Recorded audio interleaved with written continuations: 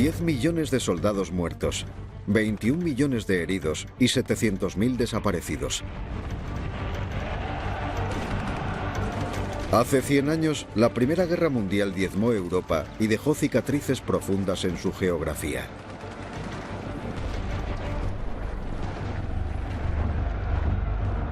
Cada año, en Francia, los arqueólogos exploran las armas enterradas en los campos de batalla, las pertenencias personales y los cuerpos destrozados de los soldados que lucharon y fallecieron en la guerra. De franceses, británicos y alemanes, pero también de estadounidenses que fueron a luchar codo con los aliados. Estos vestigios sacan a la luz un capítulo de la historia poco conocido. ¿Por qué cruzaron el Atlántico estos soldados? ¿Por qué vinieron a luchar aquí, en la vieja Europa? ¿Y cómo Estados Unidos marcó su propio futuro al sumergirse en esta guerra? 1917, el otro día de...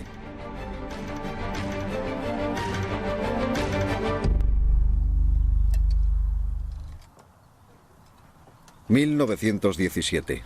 Las tropas francesas e inglesas habían pasado los 3 últimos años en sus trincheras, enterrados por un montón de bombas, agotados por el ruido y sacudidos por el hambre. A medida que pasaban los meses, su situación empeoraba. La guerra parecía que no iba a terminar nunca, y la moral de las tropas aliadas se encontraba en el punto más bajo. En abril llegó un atisbo de esperanza a las trincheras. Unas noticias que cambiarían el transcurso de la historia. Estados Unidos entraba en guerra.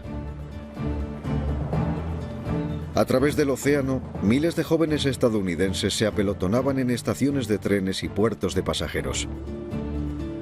Sin saber bien qué les esperaba, se relajaban con sus compañeros de viaje, que pronto serían los de armas. Ingenuamente creían que sería una aventura corta, pero grande. Pronto descubrirían cómo era la guerra en realidad.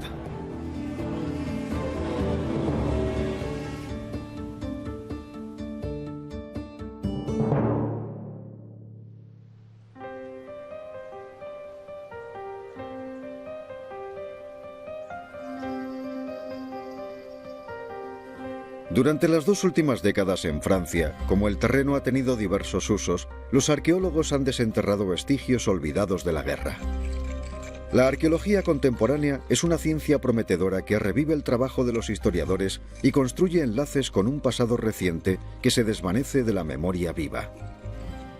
Un cementerio temporal alemán que se descubrió en Boulle-sur-Suippe da fe de la violencia de los primeros meses de la guerra.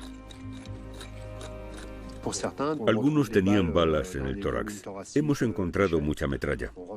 A algunos se les practicaron primeros auxilios y se les entablilló. Pero aún así tenían una pierna entera u otra parte del cuerpo llena de balas o de metralla.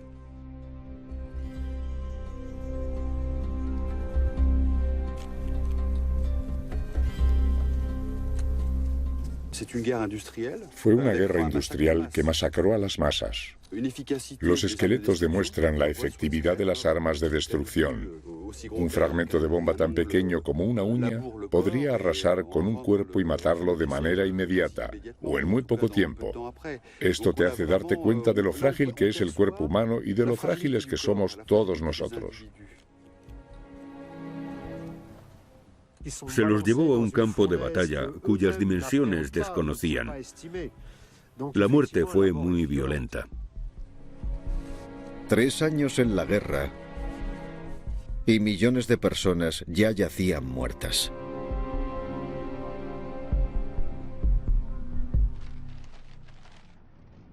¿Por qué Woodrow Wilson, el presidente de Estados Unidos, llevó a sus hombres a este campo de batalla? Como devoto pacifista, quedó horrorizado ante la actitud de los europeos y llevó a cabo una campaña para que Estados Unidos se mantuviera al margen de la guerra. La opinión pública le respaldaba.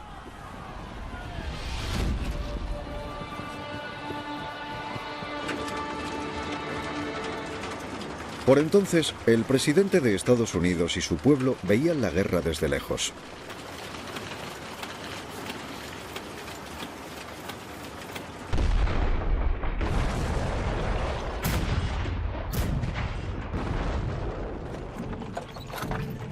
solo se envió a un puñado de reporteros a Europa, como a este hombre de 25 años, Cyrus Leroy Baldrige. Desde agosto de 1914, Cyrus ha estado viajando por la Bélgica y la Francia ocupadas por los alemanes como reportero de guerra y artista. A pesar de sus artículos e ilustraciones, los estadounidenses hacían oídos sordos a la tragedia que se estaba llevando a cabo en Europa.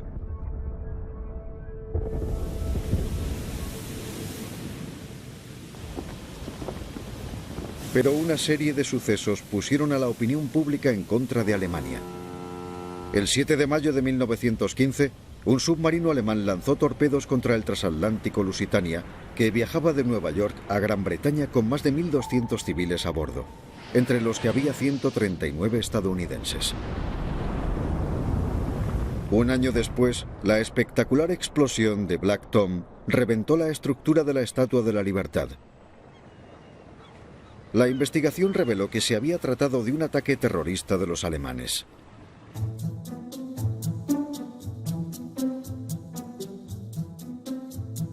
Seis meses después, Alemania volvió a aparecer en la contienda submarina ilimitada y envió un mensaje cifrado que Estados Unidos interceptó. En él, se pedía a México que invadiera Texas y Arizona. La opinión pública ahora estaba a favor de los aliados. El Imperio alemán había sellado su propio destino.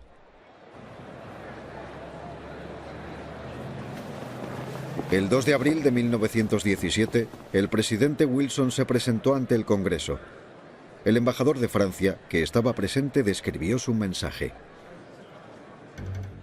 Cuando dijo en su discurso que Alemania había cometido actos bélicos, hubo aplausos en prácticamente cada frase, sobre todo cuando afirmó que deseaba que la guerra terminase y que quería acabar con la tiranía de los líderes alemanes.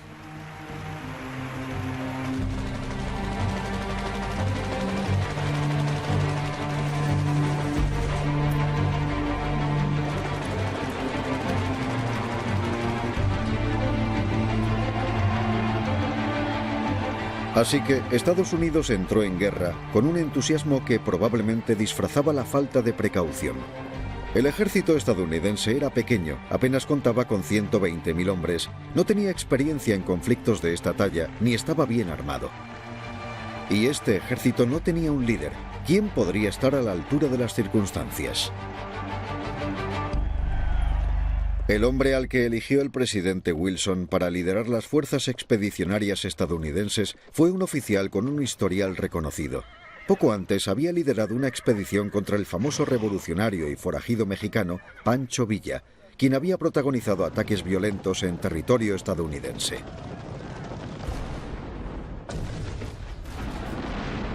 Pero ¿cómo se podía comparar eso con lo que había en Europa?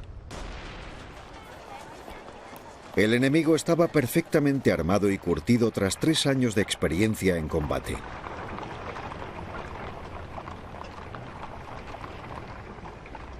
Y ese no era el único problema de Pershing. A pesar del discurso de Wilson, los estadounidenses no estaban muy por la labor. No hubo muchos ciudadanos, ni siquiera los más contrarios a los alemanes, que se alistaron de manera voluntaria. Las campañas de reclutamiento invadieron las calles con pósters y eslóganes espeluznantes. Los alemanes son asesinos y los franceses son héroes. Los muros de las ciudades de Estados Unidos se llenaron de sentimientos antialemanes.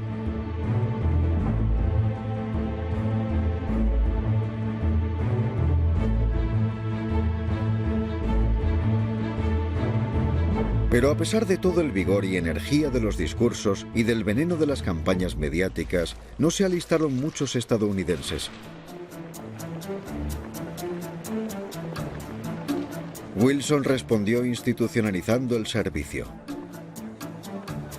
Se cogió a cientos de miles de hombres de todo el país para que se alistaran y lucharan en Europa.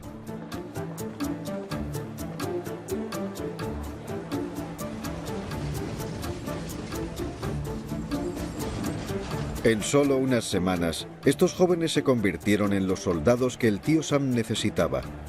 Por eso los franceses los llamaron Samis.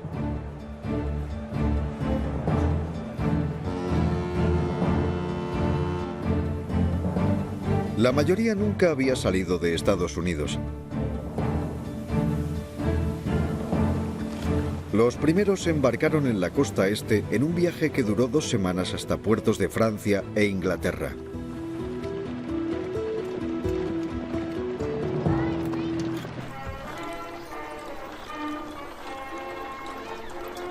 Los franceses recibieron con los brazos abiertos a estos jóvenes y guapos soldados estadounidenses que habían venido a luchar a su lado. El general Pershing describió su llegada a París. Los gritos se mezclaban con las lágrimas. Las mujeres saltaban a nuestros vehículos mientras gritaban «Vive l'Amérique» y se escapaban del control policial. ¿Ayudarán los samis a los aliados a cambiar el rumbo y ganar la guerra? Nadie parece preocupado, salvo el general estadounidense al mando. ¿Cómo trasladará a todos al frente? ¿Cómo se les formará y armará y cumplirán sus necesidades? Los soldados estadounidenses estaban ansiosos de ir, pero aún no estaban preparados para combatir. Les habían dado algunas lecciones básicas en su país. Pero estos jóvenes reclutas apenas habían entrenado con equipamiento real. Solían hacerlo con rifles y cañones de madera.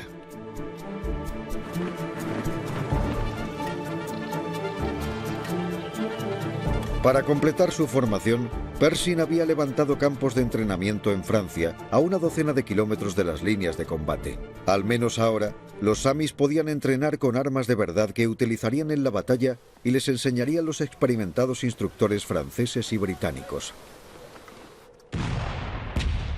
La guerra seguía pareciéndoles una aventura.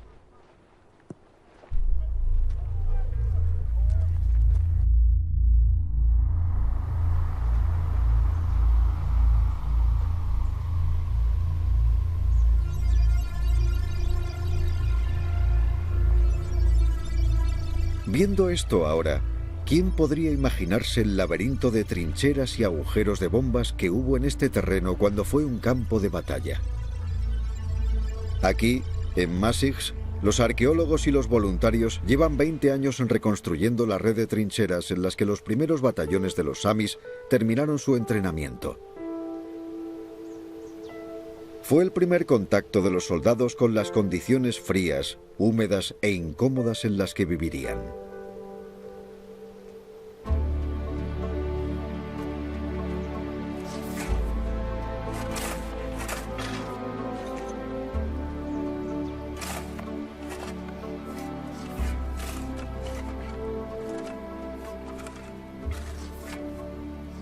Estados Unidos solo tuvo unos meses para convertir este pequeño ejército permanente en uno con millones de reclutas y enseñarles cómo luchar en circunstancias particulares de la guerra de trincheras del frente oeste.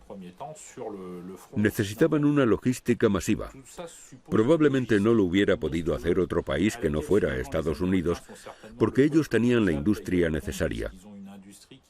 Había que satisfacer a 2 millones de soldados. Por ejemplo, en la zona de Haute-Mar, de Francia, cuya población apenas llegaba a los 250.000 habitantes, se acogió a casi medio millón de tropas estadounidenses. En 1917 había más estadounidenses que civiles franceses.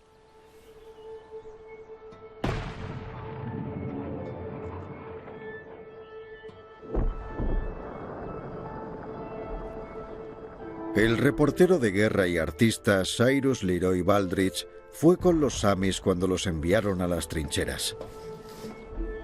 Realizó una serie de dibujos que más tarde tituló Yo estuve allí, que reflejaban mejor que cualquier fotografía lo que hacían los soldados en sus momentos de intimidad.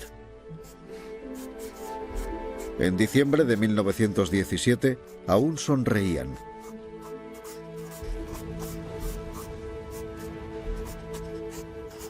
Pero en la línea del frente, la amenaza de Alemania crecía día tras día.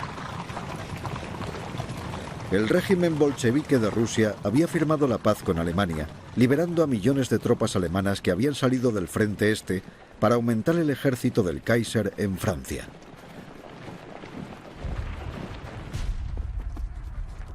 Los nerviosos aliados pidieron a Pershing reforzar sus propias fuerzas con soldados del tío Sam. Pero Pershing no permitiría que se mezclaran. Las órdenes del presidente Wilson eran claras. Los samis lucharían bajo la bandera de Estados Unidos, no bajo ninguna otra. Y el general Pershing se encontró con otro problema. La gigantesca máquina de logística estadounidense retrasaba a los samis para ir a la guerra. En Estados Unidos las fábricas trabajaban todo lo que podían y los civiles contribuían a los esfuerzos bélicos produciendo enormes cantidades de acero, cobre y bronce y construyendo vehículos de carretera y armas de todo tipo.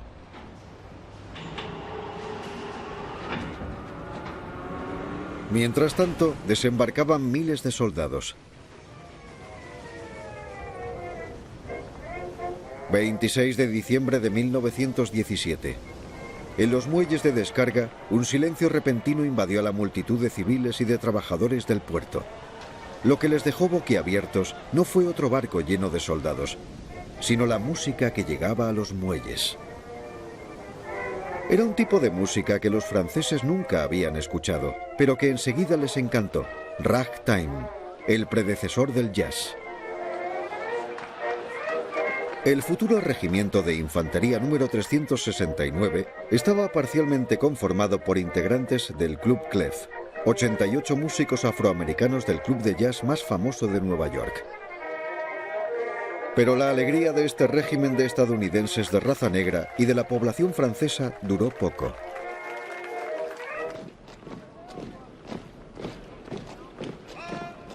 En cuanto llegaron a tierra, se apartó a las tropas afroamericanas y realizaron trabajos como camilleros y abastecedores de provisiones.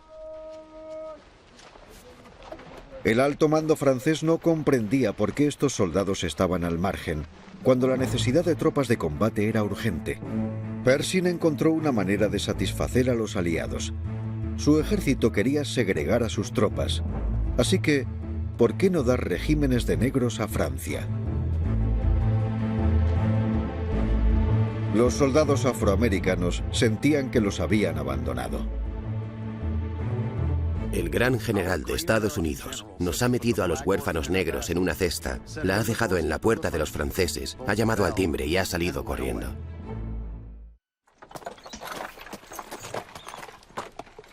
Marzo de 1918. Mientras las tropas afroamericanas se unían a los soldados franceses en el frente, parecía que los otros samis llevaban entrenándose toda la vida. Aprovechando el retraso de los estadounidenses, el 21 de marzo Alemania lanzó un ataque sorpresa. Confiaban en que fuera decisivo. Desde el este de Arras hasta el sur de San Quintín, el frente ardió.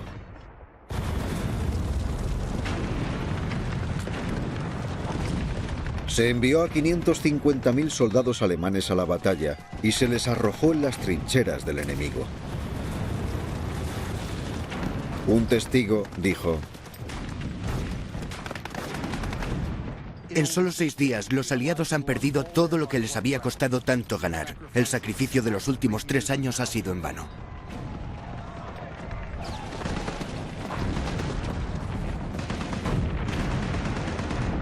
El pánico se apoderó de las tropas aliadas.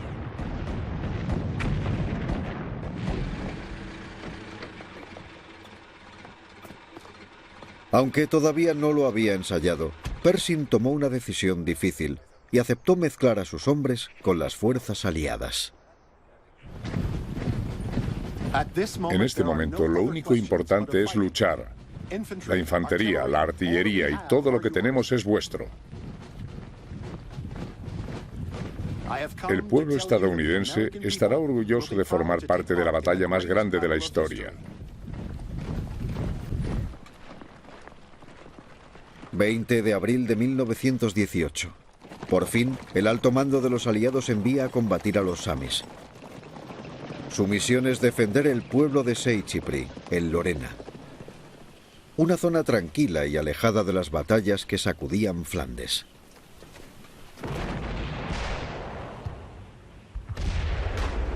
Pero de repente sonó la artillería pesada. Alemania lanzó un ataque sorpresa para comprobar la entereza de los estadounidenses. Cuando los samis contraatacaron, ya era demasiado tarde. Los alemanes se habían retirado. Pershing confiaba en una primera batalla gloriosa, pero había sido un fracaso. En la primera batalla junto a los samis, a Cyrus Leroy Baldrige le impresionó la crueldad de la lucha. Ojalá pudiera hacer que la sociedad viera cómo es la guerra, su suciedad, su mezquindad, su brutalidad. En el Stars and Stripes, el periódico donde se publicaban los dibujos de Baldrige, los lectores estadounidenses descubrieron la realidad que habían elegido ignorar. La guerra contra Alemania sería larga, macabra y cara. El presidente Wilson lo había calculado. La participación de Estados Unidos en la guerra, millones de dólares, el equivalente a 550.000 con el cambio actual. Una nueva campaña publicitaria hizo un llamamiento a la nación para apoyar el esfuerzo de guerra. El gobierno instó a sus ciudadanos a comprar bonos del Estado, a los que llamó bonos de la libertad.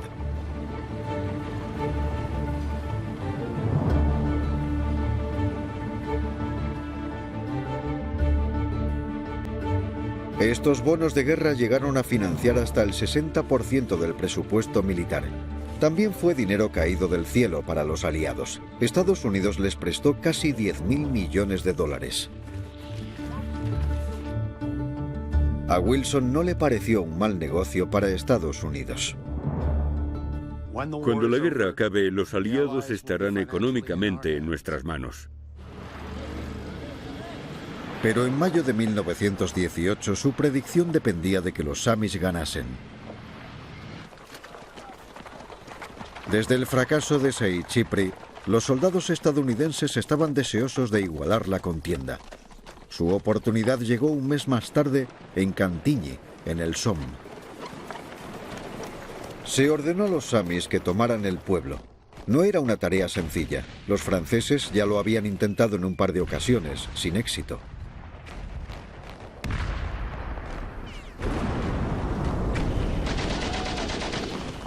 La lucha era más feroz que nunca porque los alemanes renunciaban a ceder ante esos soldados jóvenes e inexperimentados.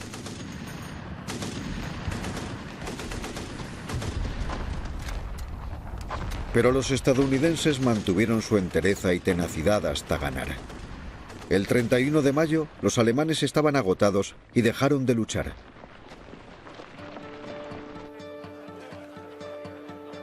Pershing estaba feliz. Con su victoria, ahora podía hacer frente a los jefes europeos que no apostaban porque el ejército estadounidense pudiera defenderse solo. En el frente y en la retaguardia, los samis pasaron a ser compañeros de armas de los soldados aliados y compartieron sus experiencias traumáticas. Ya sabían por lo que habían pasado los soldados de la Gran Guerra durante los últimos 3 años.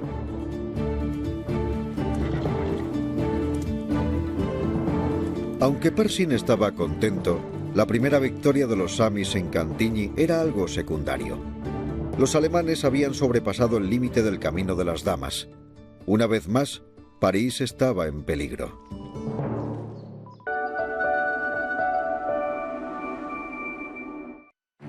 El jefe del Estado aliado, el general Ferdinand Foch, y el general en jefe británico, Douglas Haight, pidieron refuerzos urgentes desde Estados Unidos para evitar la derrota. El presidente Wilson respondió inmediatamente. En julio, 300.000 soldados estadounidenses se embarcaron en el océano.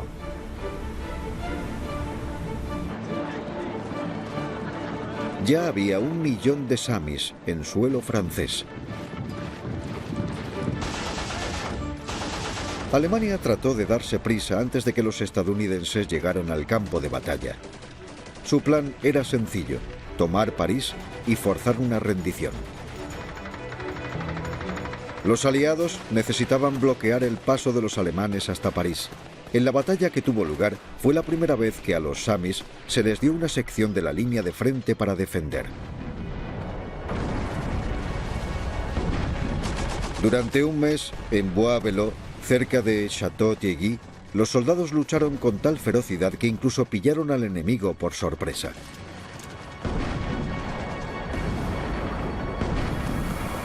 Los samis contuvieron la línea, pero con pérdidas muy grandes. Pero otra vez más, el ejército de Estados Unidos se anticipó. Se demostró que la enorme operación de logística que había retrasado a los samis cuando entraron en la guerra merecería la pena. El Cuerpo Médico de Ambulancias de Estados Unidos atendió inmediatamente a los heridos y los trasladó en tren hasta los diversos campamentos hospitales que había en la retaguardia.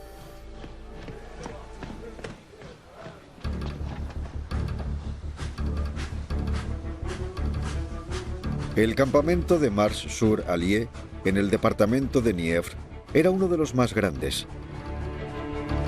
Los médicos estadounidenses trabajaban con un equipamiento vanguardista: quirófanos, instalaciones de rayos X, laboratorios de guerra bacteriológica y química. Incluso construyeron una vía férrea y un depósito de agua totalmente independiente con sus propias tuberías que habían transportado, como todo lo demás, desde Estados Unidos.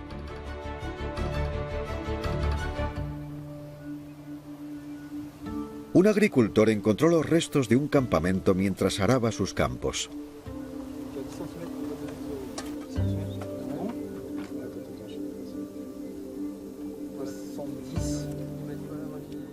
Cuando los estadounidenses llegaron a Francia, construyeron estas instalaciones gigantescas, como los de las ciudades del lejano oeste, que brotan por millares en las zonas rurales, como aquí, en Nièvre, sin agua corriente ni electricidad.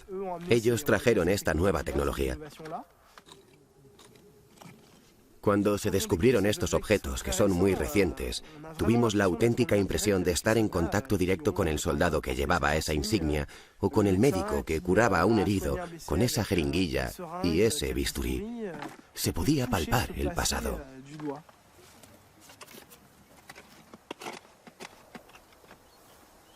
Lucy de Bris es la hija de uno de los samis que trabajaron en el campamento hospital de Mars-sur-Allier. Nació fruto del amor verdadero, como muchos otros, entre un soldado alemán y una mujer francesa. Mi padre vino aquí cuando lo destinaron al campamento hospital de Bonn. Vino a trabajar como asistente médico. Comenzó a estudiar francés con Rebeca, mi madre. Después de 2 semanas, le propuso matrimonio, pero mi madre tenía 16 años y le dijo que no. Él le escribió una carta cada día durante 3 años. Yo conservo esas cartas y son increíbles. Después él regresó para casarse con ella. Fue un amor increíble.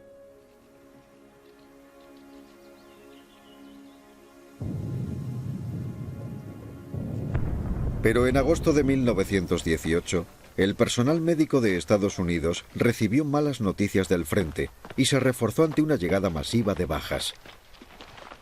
Era una guerra de movimiento, con tanques que despejaban el camino para que las tropas salieran de las trincheras y sobrepasaran el alambre de espino. Para la batalla de Saint-Mihiel, Pershing movilizó 267 tanques, 3.000 piezas de artillería y 1.400 aviones que manejaron 216.000 samis. La tecnología se había unido a la contienda. Era la guerra moderna.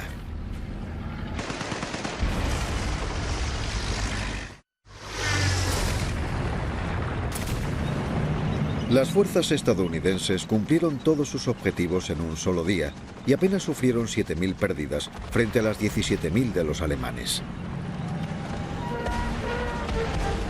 Tras varias semanas en el frente, se envió a los samis a campamentos de descanso en la retaguardia.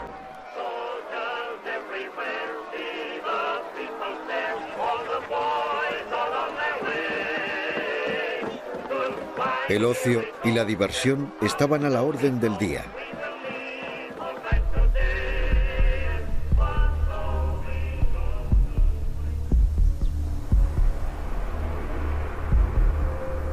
En Braine-l'Aunois, Estados Unidos controlaba un campamento subterráneo que acababan de incautar a los alemanes y en el que podían protegerse de las bombas que caían en el campo de batalla.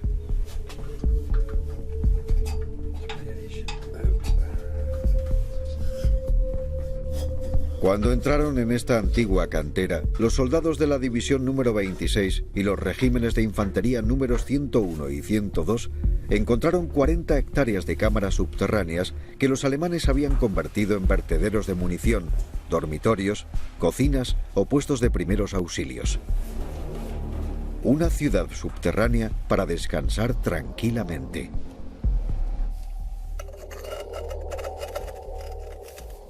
Se trata de una zona realmente increíble, porque podemos pisar el mismo suelo que pisaron los soldados alemanes y estadounidenses hace 100 años.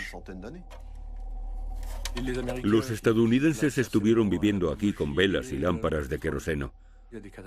También se han enterrado cuerpos de alemanes en la cantera, por lo que entre el olor de la pólvora y de los cadáveres no debió de resultar muy agradable para esos jóvenes estadounidenses.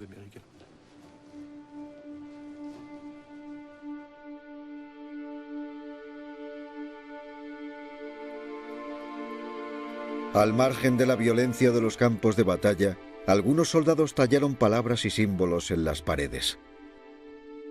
Estos vestigios constituyen un registro elocuente de lo que pensaban y sentían.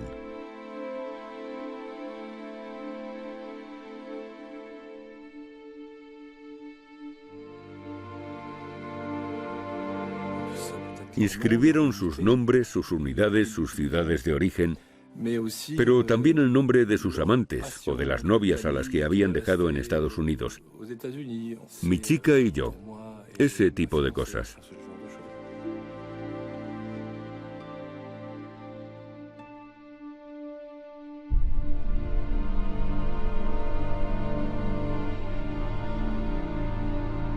Sabían que era posible que murieran. Era un aspecto muy importante para esos soldados. Se daban cuenta de que su aventura se había convertido en un auténtico infierno. Cabe recordar que, en aquel momento de la guerra, seguía habiendo 700.000 soldados de todas las nacionalidades que yacían muertos y no se podían recuperar sus cuerpos.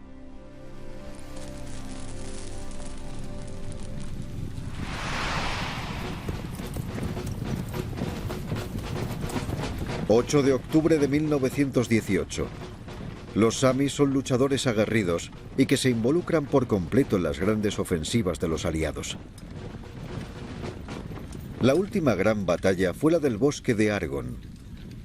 Los soldados franceses y estadounidenses lucharon codo con codo en un caos total.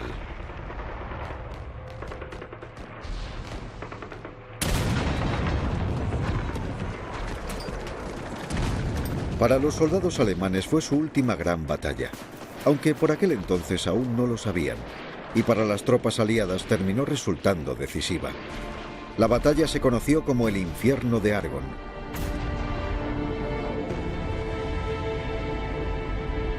El cabo Alvin York se convirtió en leyenda por matar a 28 soldados alemanes y capturar a 132 prisioneros sin ayuda de nadie.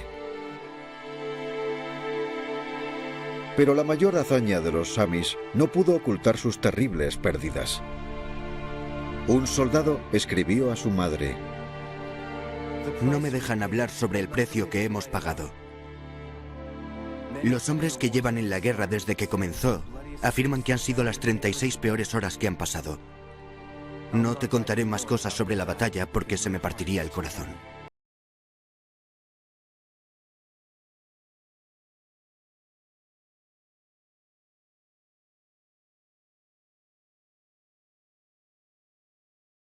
Detrás de las líneas, Cyrus Leroy Baldrige se encontraba cadáveres y oleadas de civiles que huían de la lucha después de que arrasaran sus viviendas. Solamente veo una pesadilla horrible. Veo ametralladoras y personas muertas. Me invade una sensación de repugnancia al pensar en la fría eficiencia para la que se fabricaron.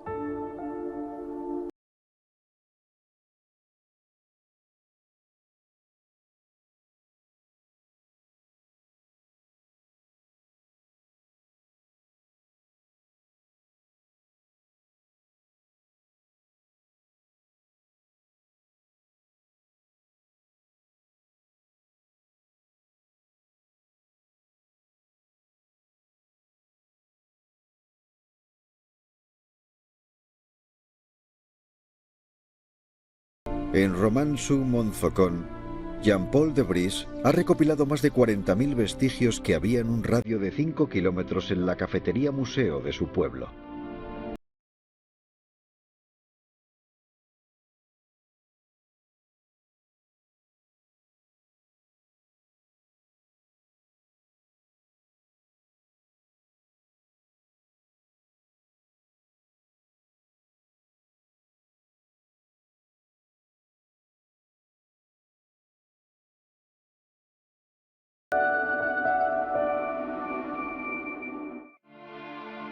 Estos pequeños brazaletes son placas que se utilizaban en los cementerios temporales. En 1918 había soldados estadounidenses por todas partes y solían enterrarlos en intersecciones.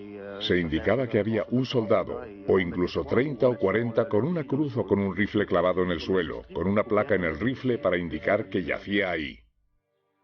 He recogido casi 2.000. Se trata de un descubrimiento bastante emotivo porque cada nombre pertenece a un soldado. Hemos intentado localizar a sus familias y solo hemos encontrado a 3. Todos estos soldados tenían un nombre y fallecieron.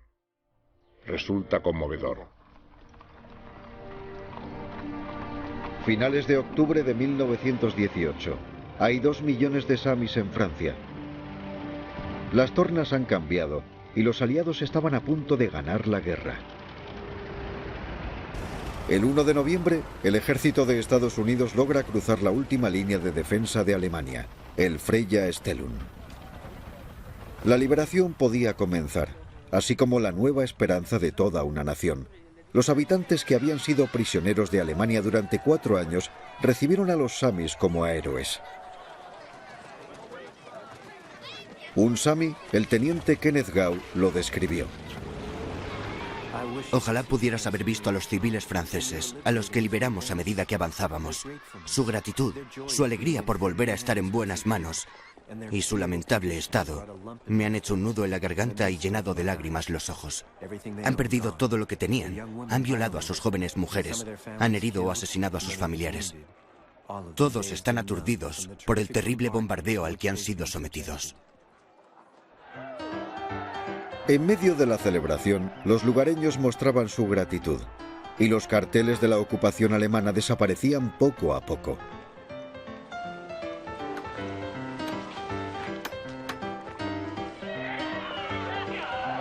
Unos días después, en el frente, un toque de corneta avisaba de la suspensión de las hostilidades.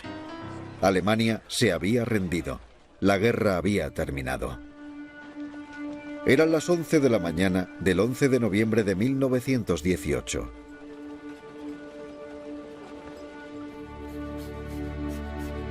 Cyrus Baldrige escribió su último artículo desde la perspectiva de los samis.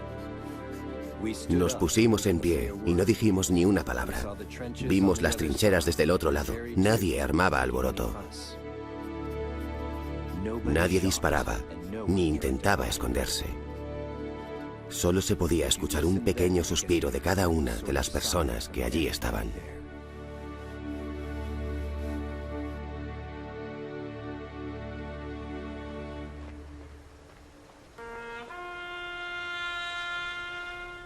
En solo 7 meses, 53.000 samis murieron en combate, 204.000 resultaron heridos y 4.500 desaparecieron. En un emotivo mensaje a su ejército, el 12 de noviembre de 1918, el general Pershing se lo agradeció personalmente a sus hombres. Habéis visto morir a muchos de vuestros camaradas por la libertad. Vuestros actos perdurarán eternamente en las páginas más gloriosas de la historia de Estados Unidos. En agosto de 1919, casi un año después de las últimas batallas, los samis regresaron a sus casas. Los recibieron como héroes en las ciudades de todo Estados Unidos, mientras el país homenajeaba a su ejército como nunca antes. Se incluyeron a los batallones afroamericanos en la fiesta y desfilaron triunfalmente por Harlem. El presidente Wilson se embarcó en un tour por las capitales europeas y le aclamaron allá por donde estuvo. Soñó con la paz duradera en Europa y para prevenir guerras futuras se le ocurrió crear la Sociedad de Naciones, la precursora de las Naciones Unidas, para regular la legislación internacional y defender la independencia y la integridad territorial de todos los estados y naciones. Pero sus aliados tenían otras ideas. En la Conferencia de Paz de Versalles, los ideales de Wilson chocaron con la actitud vengativa de los aliados, quienes querían que Alemania aceptara la responsabilidad total de la guerra y asumiera todos sus costes.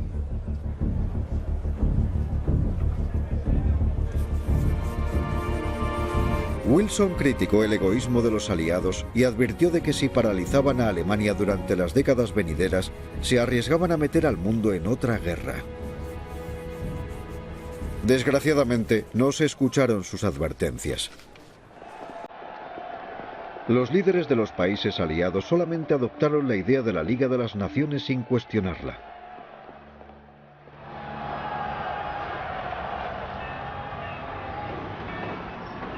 El presidente Wilson regresó a Estados Unidos con un triunfo, pero políticamente estaba hundido.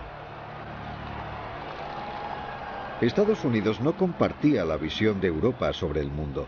El Congreso rechazó ratificar el Tratado de Versalles y desechó la propuesta de una sociedad de naciones.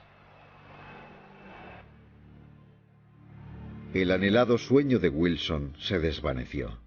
La victoria, la cual esperaba que fuese buena y justa, tuvo un sabor amargo.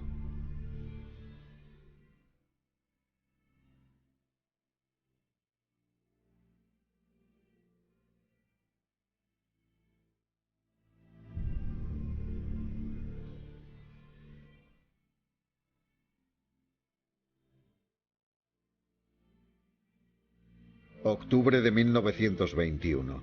Un soldado desconocido, elegido entre 4 cuerpos sin identificar de 4 grandes cementerios de guerra de Estados Unidos en Francia, regresó a casa.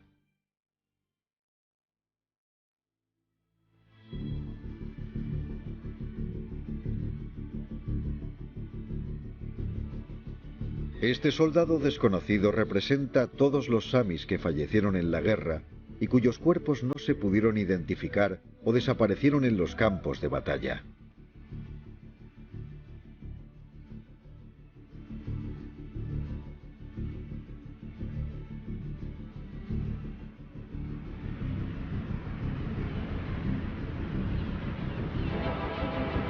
Estos soldados caídos jamás se podrían haber imaginado que al final de la guerra, Estados Unidos sería el acreedor de Europa y que lideraría el poder mundial durante el siglo XX.